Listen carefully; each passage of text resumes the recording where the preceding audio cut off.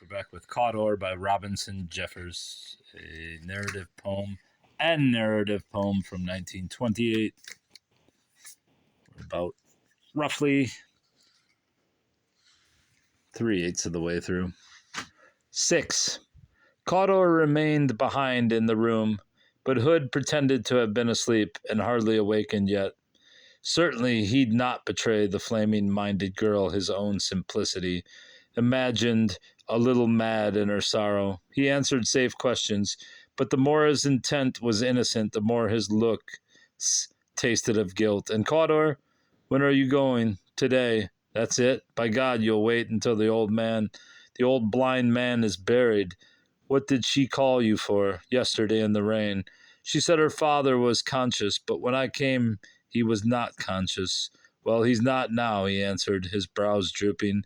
Between the dawn and the candle, dawn had begun, and Cawdor's face between the pale window and the small flame was gray and yellow. Get dressed, he said. He turned to go and turned back. You were such friends with the old man, you'll not go till he's buried. He went and found Farah in the room with the dead, but seeing her bloodless face and the great eyes vacant and gray, he grew somberly ashamed of having thought her passion was more than grief. He had meant to charge Concha to watch her while Hood remained in the house. He forgot that he spoke tenderly and persuaded Farah to leave Concha to watch the dead and herself rest in her own room. Michael would sit beside her all morning if she were lonely, and Hood, he said, spying on her face even against his own will, wanted to go today. I told him to wait. Why did you call him yesterday in the rain? Yesterday? You came in the rain. If that was yesterday, our nights have grown long. I think my father called him. My father was then alive, wishing to talk of the Klamath country. He too had traveled. He despised people who are toadstools of one place. Did they talk long? I can't remember. You know. Now he has died. Now the long laboring mind has come to a rest. I am tired too. You don't think that the mind goes working on. That would be pitiful. He failed in everything. After we fail, our minds go working under the ground, digging, digging. We talk to someone. The mind's not there, but digging around its failure. That would be dreadful, if even while he lies dead, the painful mind's digging away. Cawdor, for pity of the paper-white face, shrunk small at dawn. Forebore then, he folded his doubts like a man folding a live coal in his hand. Farah returned to her father's room. She said, Concha, go down to breakfast. Michael, leave me alone for God's sake. Being left alone, she knelt by the bed. In that dim world, Father, there's nothing. I am between the teeth still, but you are not troubled. If only you could feel the salvation. She was mistaken. Sleep and delirium are full of dreams. The locked-up coma had trailed its clue of dream across the crippled passages. Now death continued, unbroken, the delusions of the shadow before. If these had been relative to any movement outside, they'd have grown slower as the life ebbed and stagnated as it ceased. But the only measure of the dream's time was the dreamer, who geared in the same change could feel none. In his private dream, out of the pulses of breath and blood, as every dreamer is out of the hour-notched arch of the sky, the brain growing cold, the dream hung in suspense, and no one knew that it did. Gently, with delicate, mindless fingers, decomposition began to pick and caress the unstable chemistry of the cells of the brain. Oh, very gently, as the first weak breath of wind in a wood. The storm is still far. The leaves are stirred faintly to a gentle whispering. The nerve cells, by what would soon destroy them, were stirred to a gentle whispering. Or one might say the brain began to glow with its own light in the starless darkness under the dead bone sky. Like bits of rotting wood on the floor of the night forest, warm rains have soaked. You see them beside the path shine like vague eyes. So gently the dead man's brain, glowing by itself, made and enjoyed its dream. The nights of many years before this time he had been dreaming the sweetness of death, as a starved man dreams bread, but now decomposition reversed the chemistry. Who had adored in sleep under so many disguises the dark Redeemer in death, across 1,000 metaphors of form and action celebrated life. Whatever he had wanted to do or become was now accomplished. Each bud that had been nipped and fallen grew out to a branch. Sparks of desire, 40 years quenched, flamed up fulfillment out of time, undistracted by the nudging pulse beat, perfectly real to itself, being insulated from all touch of reality. The dream triumphed, building from past experience, present paradise, more intense as the decay quickened, but ever more primitive as it proceeded, until the ecstasy soared through a flighty carnival of wines and women to the simple delight of eating flesh, and tended even higher to an unconditional delight. But then the interconnections between the groups of the brain failing, the dreamer and the dream split into multitude.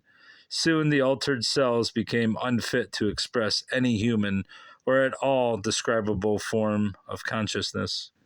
Pain and pleasure are not to be thought. Important enough to require balancing, these flashes of post-mortal felicity by mindless decay, played on the breaking heart, by no means countervalued the excess of previous pain. Such discords in the passionate terms of human experience are not resolved, nor worth it.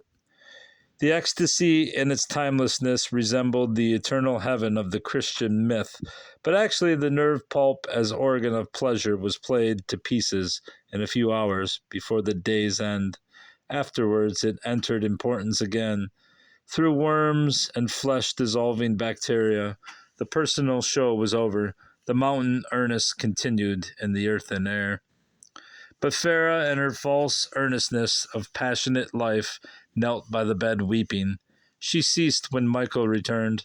Later in the morning she sent Michael to look for Hood and ask him whether he would surely stay, as Cawdor had said, until they buried her father.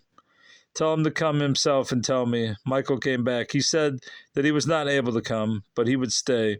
At noon she saw him. She dressed and went to the table, where Cawdor sat and watched them. Hood shunned her eyes. She too was silent. In the afternoon Cawdor came up and said, "The doctor has come." "Why, Michael?" she said. "But that's a pity." Came all the sloppy way for nothing. The doctor, "No," Cawdor said. "I want you to see him, Farah. You are not well."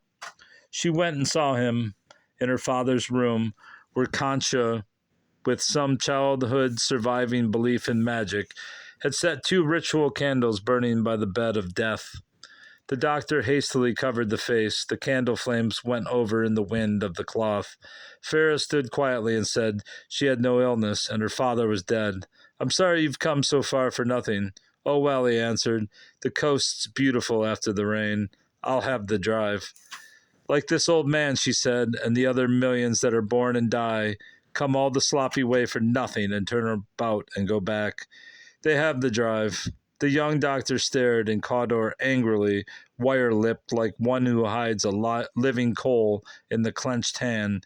"What more do you want?" "Oh," she answered, "I'm not like that," and went out.